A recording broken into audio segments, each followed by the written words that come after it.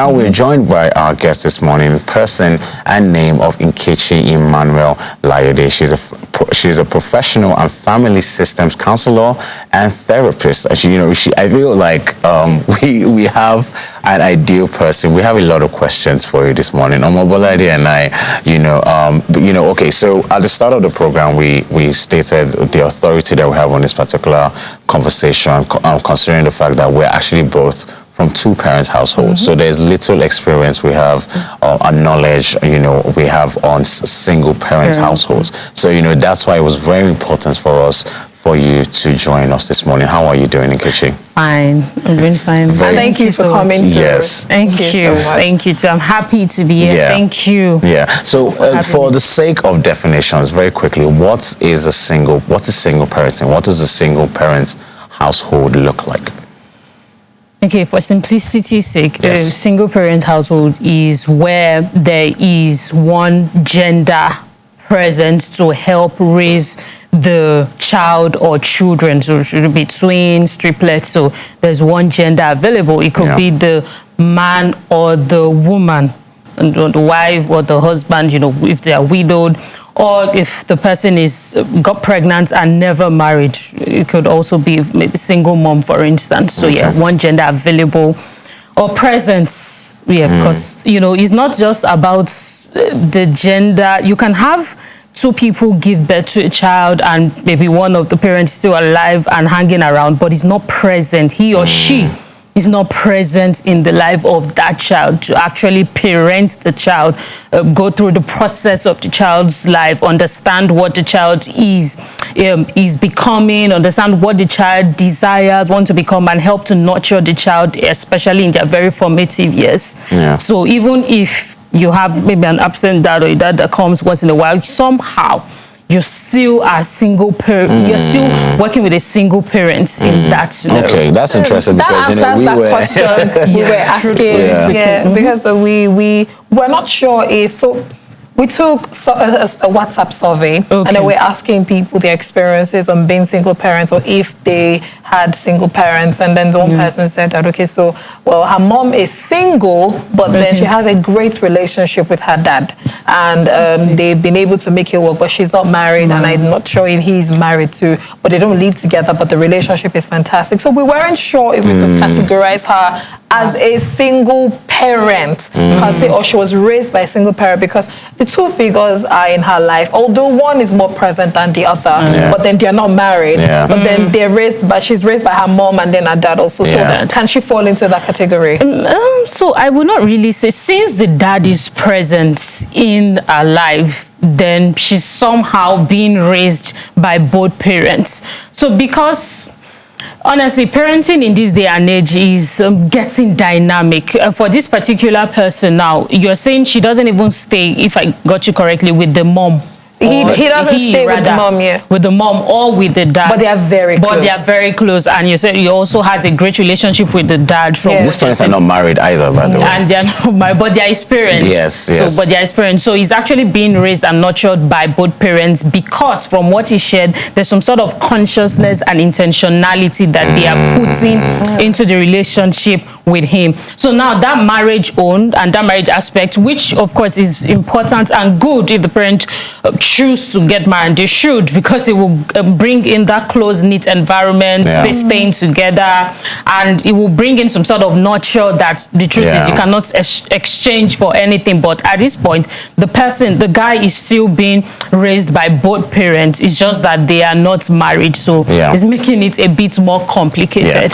So this question is very important to me. So who is affected? Is it the child? Is it the parent? Who gets affected the most when it has to do with single parenting? And how do they resolve this? How can a single parent successfully raise a child?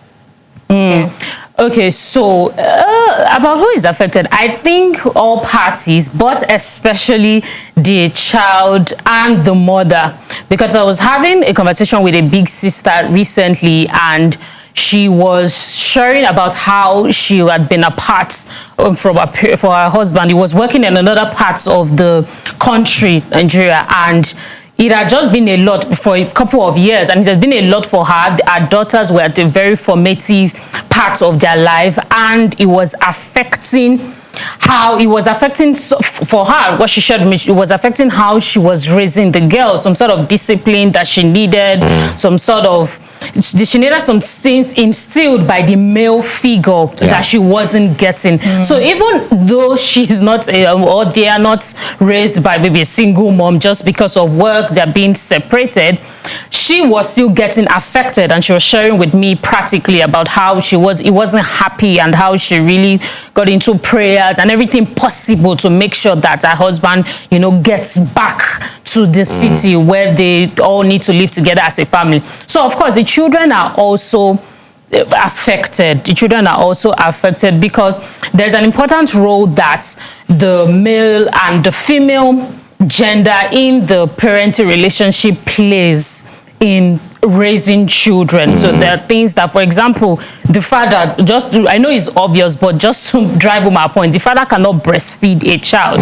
for instance, and there's some other things that the father can do and the mother may not necessarily be skilled at. Not even necessarily, apart from gender, the personality of the parents coming in to raise their child, coming in together, getting married and coming in to raise their child brings in some sort of diversity that will help in the healthy growth of the child. So that is necessary and that is important. Yeah, I really like how you've really explored this conversation, but we need a final, we really run out of time. I really wish you could do this longer. So on a final note, can you just send a goodwill message to single parents and children from single parents at home that are watching this morning? Yeah. Okay, so I will start from singles because I'm privileged to also lead single mothers. I understand what single mothers particularly go through. And I'll start from singles, first of all, whether single ladies or single men. It's important that you count the cost of what you want to get into. Do not say you are 40 and you want to just give birth to a child out of selfish motive. It's not as easy as it is to actually raise children as a single parent. Then for single parents that are out there, like I always have continued to encourage you in the last 2 years, you are already strengthened to do this. Continue to empower yourself with necessary resources. You have to do extra than just the average parent, because then now you're a single parent. So go for seminars, read books, surround yourself with parenting, with environments that accept and nurture the healthy kind of parenting, so that you are not seeing parenting from a part of frustration, but you're seeing it from a part of possibility. So that is my advice to you. And of course, as much as possible, if you're a mom or a dad, do well to expose them to the gender that you are not. So if you're a mom, do well to expose them to male figures that will not prey on them, please, that would actually love them. Yeah, you can have a father that's not necessarily biological. That is possible. And same thing with having a mother that is not also biological. So yeah, do that, and you're on the way to easing out your journey, and your children will be successful. One final thing, please also do well to affirm them. The most important thing you can do as a parent, single or not, is to make sure that you help them to discover why they are here on earth. So that is important. Do not impose what you feel that you should have become on them, but rather help them to find out and discover, bring out the potential of what exactly they're supposed to do here on earth, and be brave and courageous to support them, no matter how weird it is. Thank you so much, Nkechi. This that you've done for us is amazing, and all that you've said is very, very good.